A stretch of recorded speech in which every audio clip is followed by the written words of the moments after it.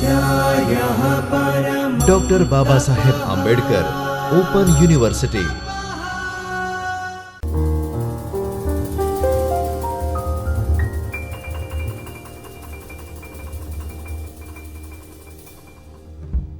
નમસ્કાર વિદ્યાર્થી મિત્રો, હું doctor Naveen Khatri, assistant professor, department of journalism and mass communication, doctor Baba Saheb Ambedkar open યુનિવર્સિટીના ચેતન સ્ટુડિયોમાં તમારું અભિવાદન કરું છું.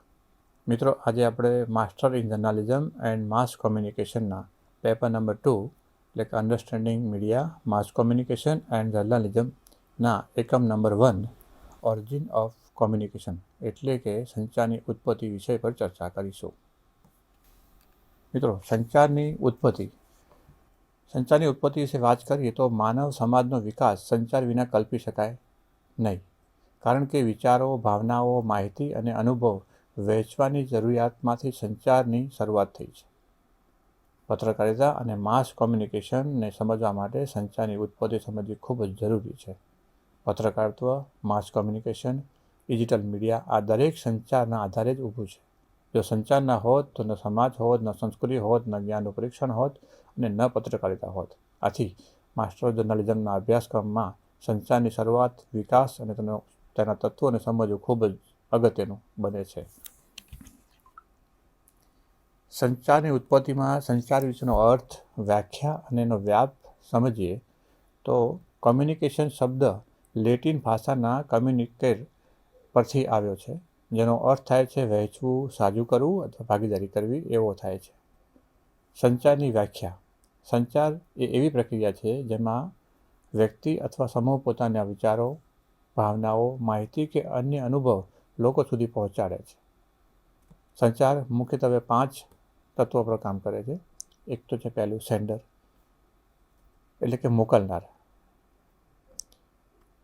બીજું છે મેસેજ એટલે કે મેસેજ, તમારો જે મેસેજ છે, સંદેશ છે એ શું છે, ચિત્ર છે, લેખન છે કે શું છે, એ મોકલનાર છે, માધ્યમ છે. અને ત્રીજું છે માધ્યમ, એ કયા માધ્યમથી મોકલવામાં આવે છે. ચોથું રિસીવર, પ્રાપ્ત કરનાર, જે તમારો મેસેજ છે પ્રાપ્ત કરે છે. અને પછી ફીડબેક આવે છે.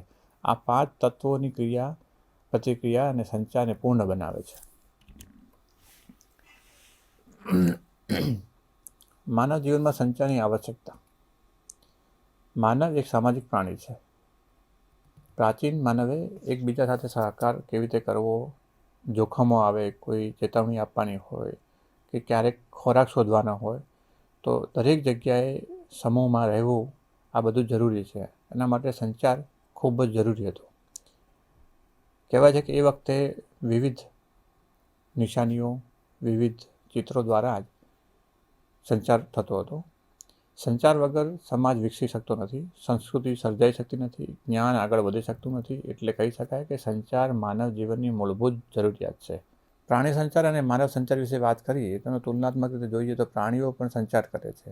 જેમ કે મધમાખીઓ નૃત્ય કરીને સંદેશ આપે છે, પક્ષીઓ વિવિધ અવાજ કરીને પોતાની વાત રજૂ કરે છે, તો જોખમ સૂચવે છે કે કંઈક એવું છે તો એના વિશે એ અવાજથી સૂચન કરે છે. વાંદરાઓ પોતાના અવાજ અને હાવભાવથી સૂચન કરતા હોય છે. પરંતુ માનવ સંચાર વિશેષ છે, કારણ કે તેમાં ભાષા છે, તેમાં લોજિકલ છે, તેમાં વિચારો છે અથવા એમાં વિચાર શક્તિ રહેલી છે. તે ભવિષ્યના જોખમોનું આયોજન કરી શકે છે. આ કારણે માનવ સંચાર પ્રાણીથી વધારે ઉચ્ચ સ્તરનું છે. સંચારની પ્રાથમિક સ્વરૂપો.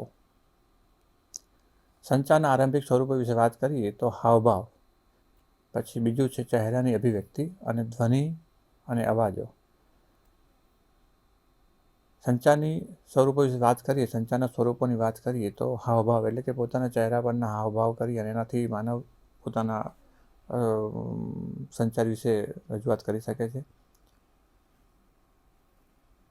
ચહેરા પરથી સ્પષ્ટ એક્સપ્રેશન આપી અને એનાથી વાત કરી શકે છે. ધ્વનિ અથવા અવાજો એટલે વિવિધ અવાજો કરી અથવા કોઈ પ્રકારનો એક આઈડિયાથી એક વાત કરી અને ધ્વનિથી એ સમજાઈ શકે છે. ભાષા પહેલાં માનવીએ વિવિધ સંકેતોનો ઉપયોગ કરતો હતો અને આ પ્રકારે સંચારનો મૌખિક પરિસ્થિતિના આધારે પણ કરવામાં આવતો હતો. એટલે કે વિવિધ અવાજો અથવા વિવિધ અભિવ્યક્તિ દ્વારા, હાવભાવ દ્વારા, ચહેરાના એક્સપ્રેશન દ્વારા આ બધી રીતે સંચારની પ્રાથમિકતા જોવા મળતી હતી. મૌખિક સંચાર એટલે કે બોલીને આપવામાં આવતો સંદેશ. પ્રાચીન સમાજમાં લોકો વાર્તાઓ, લોકગીતો, દંતકથાઓ, ધાર્મિક કથાઓ વગેરે દ્વારા એ સદીઓ સુધી આ પ્રક્રિયા ચાલતી રહી અને વાર્તાઓનો એક સંગ્રહ હતો કે જેથી કે લોકગીતોનો સંગ્રહ હતો, દંતકથાઓ હતી, ધાર્મિક કથાઓના આધારે વિવિધ સંચારિત કરવામાં આવતું હતું. મૌખિક સંચારની કેટલીક મર્યાદાઓ રહી છે કે લખાણ ન હોવાથી માહિતી ગુમ થવાની અથવા તે ન જળવાવાની પણ એક શક્યતા રહેતી હતી, અથવા સ્મૃતિ પર આધાર હતો, એટલે કે ક્યારેક કોઈ સ્મૃતિ ભ્રષ્ટ થઈ જાય તો એ સંચાર કાયમી રહેતો ન હતો. તેમ છતાં પણ મૌખિક સંચાર સમાજની પાયાનું સાધન કહેવામાં આવે છે. એ પછી છે ચિહ્નાત્મક અથવા દ્રશ્ય સંચાર. ભાષા વિકસે તે પહેલાં માનવે ચિત્રો, નિશાનીઓ તેમજ પ્રતીકો દ્વારા સંચાર કર્યો હોવાનું કહેવામાં આવે છે. એટલે કે એમાં ચિત્રો બનાવવામાં આવતા પહેલાં. ચિત્રો, વિવિધ નિશાનીઓ, સંકેતો માટે એક પ્રતીકો અથવા ચિહ્નો બનાવી અને એના દ્વારા સંચાર કરવામાં આવતું હતું. ગુફાઓમાં શિકાર દ્રશ્યો, ધાર્મિક માન્યતાઓ, દૈનિક જીવન પર વિવિધ દ્રશ્યોનું ઉત્તમ ઉદાહરણ આપણને આજે પણ જોવા મળે છે. લખાણ ઉપદ્રવ અને સંચારની ક્રાંતિ. સંચારના ક્રાંતિમાં સૌથી મોટું પરિવર્તન લખાણ ઉપદ્રવ થયો છે. લખાણના પ્રારંભિક સ્વરૂપમાં જોઈએ તો પિક્ટોગ્રાફ્સ, એટલે કે આ લખાણ આપણે જોઈ શકીએ નીચે ચિત્રો, સંકેતો આપવામાં આવ્યા છે. એ ઓબ્જેક્ટ દ્વારા ખબર પડતી હતી કે આ શું કહેવા માગે છે. એનો એક ધ્યેય નક્કી હોય અને નિશાન પરથી જાણી શકાય કે આ શું કહેવા માગે છે. એ પછી કમ્યુનિફોર્મ્સ, મેસોપોટેમિયા, દક્ષિણ પશ્ચિમ એશિયામાં આવેલા પ્રદેશોનો ઇતિહાસ જ્યાં વિશ્વની સૌથી પ્રાચીન સભ્યતાનો વિકાસ થયો હતો. આ નામ ગ્રીક શબ્દ પરથી આવ્યું છે જેનો અર્થ થાય છે નદીઓ વચ્ચેનો જોડાણ, જેનો અર્થ ટાઇગ્રીક અને યુફ્રેટિસ નદીઓ વચ્ચેનું જોડાણ અથવા જમીન વચ્ચેનો થાય છે. પરંતુ આ પ્રદેશને વ્યાપક રીતે પૂર્વ સિરિયા, દક્ષિણ પૂર્વ તુર્કી અને ઈરાકના મોટાભાગના વિસ્તારોનો સમાવેશ કરીને વ્યાખ્યાયિત કરી શકાય છે.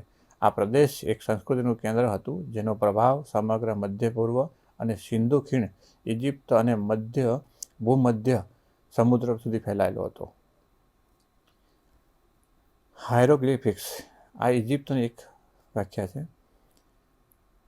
પ્રાચીન ઇજિપ્તમાં લગભગ 3100 BCEથી 4th સદી ફારોનિક સમયગાળાના અંત સુધી ચિત્રલિપિનો ઉપયોગ થયો હતો. તેનો ઉપયોગ મુખ્યત્વે ધાર્મિક ગ્રંથો, સ્મારકો પરના શિલાલેખો અને સત્તાવાર દસ્તાવેજો માટે થતો હતો, રોજિંદા લેખન માટે નહીં, જે સામાન્ય રીતે ચિત્રલિપિ અથવા ડેમોટિક લિપિનો ઉપયોગ કરીને કરવામાં આવતો હતો. આ લિપિના ફાયદા કે લખાણના ફાયદા શું હતો તો માહિતીને સંગ્રહ કરી શકાતું હતું કે એક જગ્યાએ માહિતી સ્ટોર રહેતી હતી, માહિતીનો ફરી ઉપયોગ થઈ શકતો હતો અને માહિતીને એક સારી રીતે એનું ડોક્યુમેન્ટેશન થઈ શકતું હતું. એ પછી છે કાયદા અને શાસન. આ લખાણના એટલા ફાયદા છે કે કાયદો અને શાસન ઘડવામાં વિવિધ રૂપે તેનો ઉપયોગ થવામાં આવ્યો. ઇતિહાસનું દસ્તાવેજીકરણ. અત્યારે આપણે જે પણ ઇતિહાસ જાણીએ છીએ એ આ લિપિના કારણે જાણીએ છીએ કે લિપિ એટલી મહત્ત્વની રહી કે ઇતિહાસમાં એને જે પણ આપણે વાર્તા સાંભળીએ કે જોઈએ છે એ બધું ઇતિહાસનું દસ્તાવેજીકરણના કારણે આપણે અશક્ય બન્યું છે. લખાણે માનવ સંસ્કૃતિને સ્થાયી બનાવી છે. આ લખાણ પછી એવું કહેવાય છે કે માનવ સંસ્કૃતિ માટે એક મોટું સારામાં સારું કામ થયું હોય તો સંસ્કૃતિ માટે સ્થાયી બની છે. ભાષાનો વિકાસ અને સંચાર. ભાષાને વિકાર આપે છે, ભાષા વિચારને આકાર આપે છે. ભાષાનો વિકાસ અને સંચાર વિશે વાત કરીએ તો ભાષા એ વિચારને આકાર આપે છે, સંસ્કૃતિનું સર્જન કરે છે, સમાજને એકત્ર રાખે છે. ભાષાના વિવિધ વિકાસથી વાત કરીએ તો સાહિત્યમાં મોટો લાભ મળ્યો છે, ધર્મ ક્ષેત્રે એનો વિવિધ આયામો જોઈ શકાય છે, વિજ્ઞાનમાં મોટો મહત્ત્વનો ફાળો મળ્યો છે, તત્વજ્ઞાનનો વિકાસ થયો છે. એટલે કે ભાષા દ્વારા સમાજને સાહિત્ય મળ્યું છે, ધર્મ વિશે વાત થઈ છે, ભાષાનો વિકાસ અને સંચાર.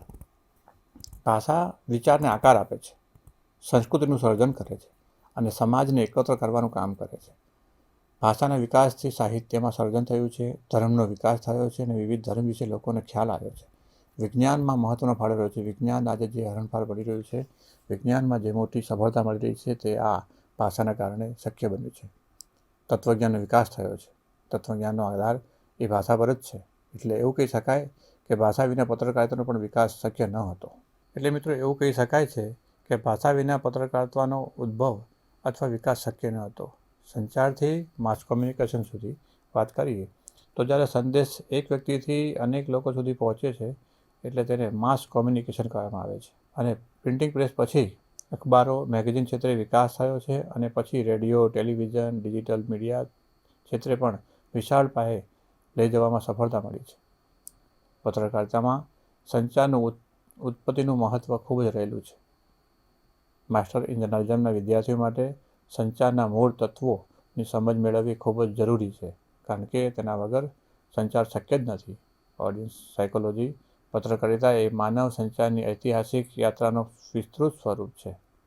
એ વિશે વાત કરીએ તો અંતમાં એટલું જ કહી શકાય કે સંચાર માનવ વિકાસની મૂળ શક્તિ છે. સંચાર વિના સમાજ અને પત્રકારિતા શક્ય જ નથી. આધુનિક મીડિયા એ સંચારના વિકાસનો અંતિમ નહીં પરંતુ સતત ચાલતો પડાવ છે, જેમાં જેટલું પણ શક્ય હોય એટલી ભાષા અને સંસ્કૃતિ મહત્ત્વનો ભાગ ભજવે છે. મિત્રો, આજના ટોપિકમાં આટલું જ. જય હિન્દ. स्वाध्यायः परः